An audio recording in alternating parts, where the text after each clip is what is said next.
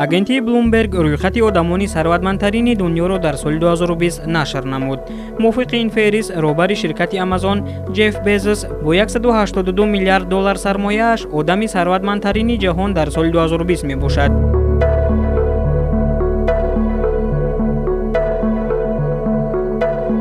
аз рӯи фарзияи агентии Bloomberg, роҳбари Tesla ва SpaceX Илон Маск дар ин рӯйхат дар ҷойи дуюм қарор дорад. дороии Илон Маск ба $127.9 миллиард баробар аст.